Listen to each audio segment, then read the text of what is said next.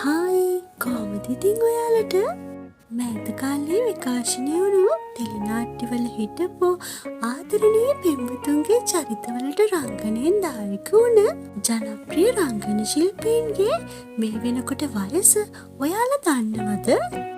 ඔන්න ශයිනිස්ටා අද අපි අපේ වීඩියෝ එකෙන් ඔයාලට කියන්න යන්නේ ඒ ජනප්‍රිය රංගන ශිල්පීන්ගේ වයස් පිළිබඳව.